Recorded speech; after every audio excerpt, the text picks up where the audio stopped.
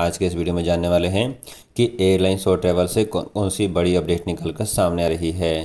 पहली बड़ी खबर की जानकारी ले लेंगे जो कि ऐसे सभी लोगों को लेकर आ रही है जो लोग भी दुनिया के दूसरे देशों से ट्रैवल करके भारत में आना चाहते हैं। आपको बताना चाहेंगे कि भारत सरकार की तरफ से नया एडवाइजरी जारी करके बताया गया है कि जो लोग भी दूसरे देशों से ट्रैवल कर रहे हैं और अपना हेल्थ डिक्लेरेशन या फिर अपने ट्रैवल हिस्ट्री के बारे में जो भी जानकारी दे रहे हैं वो पूरी तरीके से सही दें। यहाँ पर भारत सरकार ने ये भी बताया है कि यदि आप अपना एड्रेस डाल रहे हैं तो कंप्लीट एड्रेस डालें, जो एड्रेस आपने मेंशन किया है वो पूरी तरीके से सही हो, क्योंकि ऐसा कई बार देखा गया है कि यदि पैसेंजर्स कोरोना वायरस पॉजिटिव पाया जाता है तो उसके आसपास के जितने भी पैसेंजर्स होते हैं जो भी उनके संपर्क में आए हुए हैं उन सभी लोगों की भी ट्रेसिंग की जाती है। यहाँ पर भारत सरकार ने एक डेटा जारी करके बताया है कि 1 दिसंबर से लेकर 10 दिसंबर तक टोटल 58,000 से भी अधिक पैसेंजर्स रिस्क वाले देशों से ट्रैवल करके भारत में आए हुए हैं और इसमें से 26 लोग ओमिक्रॉन कोरोना वायरस वेरिएंट से पॉजिटिव पाए गए हैं।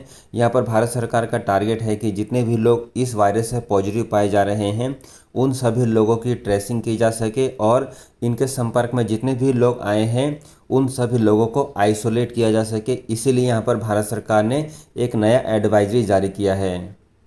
अगली अपडेट यहाँ पर आईटा से आ रही है। आईटा यानी कि इंटरनेशनल एयर ट्रांसपोर्ट एसोसिएशन ने दुनिया के सभी देशों से रिक्वेस्ट किया है कि वो अपने यहाँ पर इंटरनेशनल फ़्लाइटों को बंद ना करें। आपको बता दें कि आईटा ने यहाँ पर WHO के एडवाइस को फॉलो करने के लिए बोला है। WHO की तरफ से भी ऐसी खबर सामने आई थी कि WHO ने अपने एडवाइस में बोला था कि इस समय हम 2 सालों से कोरोना वायरस से निपट रहे हैं और दुनिया के सभी देशों को पता है कि कोरोना वायरस से किस तरीके से निपटा जा सकता है। सो इस समय यदि अंतर्राष्ट्रीय उड़ानें ऑपरेट की जा रही है तो उसको बंद ना किया जाए, ऐसा यहाँ पर WHO ने दुनिया के सभी देशों से रिक्वेस्ट किया हुआ था। आईटा ने भी यहाँ पर WHO के इस एडवाइस को मानने के लिए बोला है और दुनिया के सभी देशों से रिक्वेस्ट किया है कि अपने यहाँ पर अंतर्राष्ट्रीय उड़ानों को बंद ना करें। आपको बता दें कि भारत सरकार ने इस समय दुनिया के किसी भी देश से अपनी फ़्लाइट्स को बंद नहीं किया हुआ है। इस समय भले ही आप साउथ अफ्रीका से या फिर किसी भी देश से ट्रैवल करके भारत में आना चाहते हैं या फिर भारत से उन देशों में ट्रैवल करके जाना चाहते हैं तो आप आसानी से ट्रैवल कर सकते हैं। अगली खबर यहाँ पर कतर एयरवेज से सामने आ रही है। आपको बताना चाहेंगे कि कतर एयरवेज ने अपने ट्विटर हैंडल अकाउंट से ट्वीट करके जानकारी दी है कि वो अब जोहानिसबर्ग और केप टाउन के लिए अपनी नई फ़्लाइटों की शुरुआत कर रही है। जी हाँ दोस्तों, इससे पहले कतर एयरवेज ने साउथ अफ्रीका से अपनी फ़्लाइटों को बंद कर दिया था, लेकिन अब यहाँ पर 12 दिसंबर से फिर दोबारा से जोहानिसबर्ग और केप टाउन के लिए नई फ़्लाइटों की शुरुआत की जा रही है। ये फ़्लाइटें जो हैं दोहा से ऑपरेट की जाएगी। यदि आप यहाँ पर केप टाउन या फिर जोहानिसबर्ग के लिए ट्रैवल करना चाहते हैं तो आप कतर एयरवेज से ट्रैवल करके जा सकते हैं। इसके अलावा एक और बड़ी खबर यहाँ पर हांगकांग को लेकर भी आ रही है। कई सारे लोग यहाँ पर हांगकांग को लेकर सवाल पूछ रहे थे कि हांगकांग के लिए फ़्लाइटें कब से चालू होंगी, तो इसको लेकर एयर इंडिया की तरफ से ट्वीट किया गया है कि एयर इंडिया यहाँ पर हांगकांग के लिए 12 दिसंबर से लेकर 19 दिसंबर के बीच में अपनी फ़्लाइटों को ऑपरेट करेगी। यदि आप हांगकांग के लिए ट्रैवल करना चाहते हैं तो एयर इंडिया से अपनी फ़्लाइट्स की टिकट बुकिंग करके ट्रैवल कर सकते हैं। आप यहाँ पर देख सकते हैं एयर इंडिया की तरफ से ट्वीट करके बोला गया है कि कोलकाता से हांगकांग के लिए जो फ़्लाइट है वो 12 से 19 दिसंबर के बीच में ऑपरेट होगी और ये जो फ़्लाइटें हैं हर रविवार को होगी। अगली खबर की जानकारी यहाँ पर इजराइल से सामने आ रही है। इजराइल ने अपने ट्रैवल रिस्ट्रिक्शन को फिर दोबारा से 10 दिन के लिए बढ़ा दिया है। यहाँ पर इजराइल ने दुनिया के सभी देशों से आने वाले इंटरनेशनल पैसेंजर्स के लिए एक नियम लागू किया हुआ है कि जब तक उनका कोरोना वायरस रिजल्ट नहीं आ जाता तब तक उन सभी लोगों को क्वारंटीन में रखा जाएगा। इसके साथ साथ जो भी विदेशी नागरिक हैं उन सभी लोगों को 10 दिन का क्वारंटीन के नियम का भी पालन करना पड़ेगा। इस तरीके का रिस्ट्रिक्शन यहाँ पर इजराइल की गवर्नमेंट ने लागू किया हुआ है। यहाँ पर इजराइल की गवर्नमेंट ने साफ साफ बोल दिया है कि ये ट्रैवल रिस्ट्रिक्शन 22 दिसंबर तक लागू रहेगा। सो फ्रेंड्स, यदि आप इस समय इजराइल के लिए ट्रैवल करने की प्लानिंग कर रहे हैं तो यदि आप इजराइल में जाते हैं तो आपको इजराइल में 10 दिन का क्वारंटीन के नियम का पालन करना पड़ेगा। अगली खबर यहाँ पर दिल्ली एयरपोर्ट से जान लेते हैं। दिल्ली एयरपोर्ट पर पैसेंजर्स की लंबी लंबी लाइनें और ज़्यादा भीड़ को लेकर यहाँ पर समस्या सामने आ रही थी।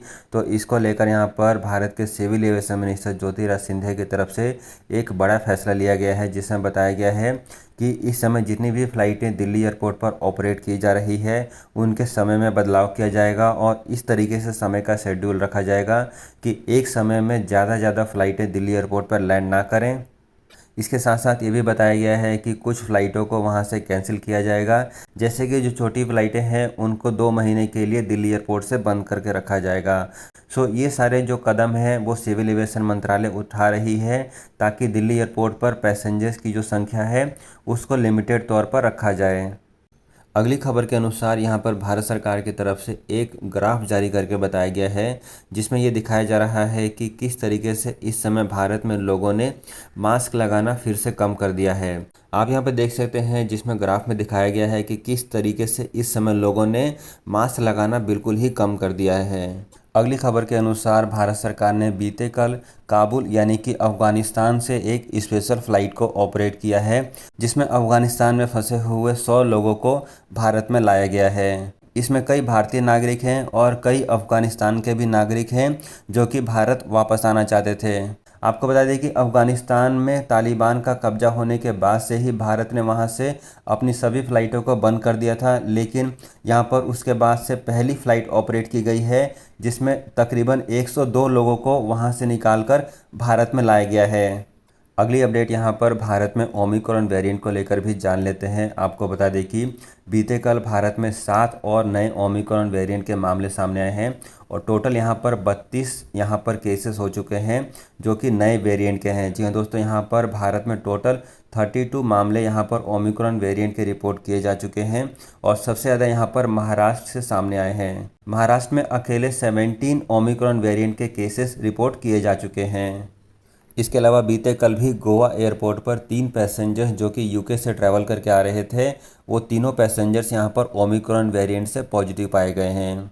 इन सब के अलावा फ्रेंड्स, यदि आप डोमेस्टिक फ़्लाइटों से ट्रैवल करना चाहते हैं और इससे जुड़ी हुई लेटेस्ट अपडेट जानना चाहते हैं तो आप अपनी एयरलाइंस कंपनी से संपर्क कर सकते हैं। एयरलाइंस कंपनी से आप पूछ सकते हैं कि यदि आप एक राज्य से दूसरे राज्य में ट्रैवल करना चाहते हैं तो उसके लेटेस्ट ट्रैवल नियम क्या हैं, क्योंकि इस समय भारत के राज्यों के अनुसार भी नियम में बदलाव आ रहे हैं। यहाँ पर भारत का हर राज्य जो है अपने अलग तरीके से नियम लागू कर रहा है। तो हम यहाँ पर आपसे रिक्वेस्ट करेंगे कि यदि आप महाराष्ट्र से दिल्ली या फिर दिल्ली से बिहार या फिर किसी भी राज्य में यदि आप ट्रैवल कर रहे हैं तो इसके लिए आप अपनी एयरलाइंस कंपनी से अवश्य ही संपर्क कर लें। सो फ्रेंड्स, ये थी आज की एयरलाइंस और ट्रैवल से जुड़ी हुई कुछ बेहद ज़रूरी और काम की अपडेट। ऐसी और खबरों को जानने के लिए चैनल को सब्सक्राइब कर लें ताकि आपको सारी लेटेस्ट अपडेट समय पर मिलती रहे।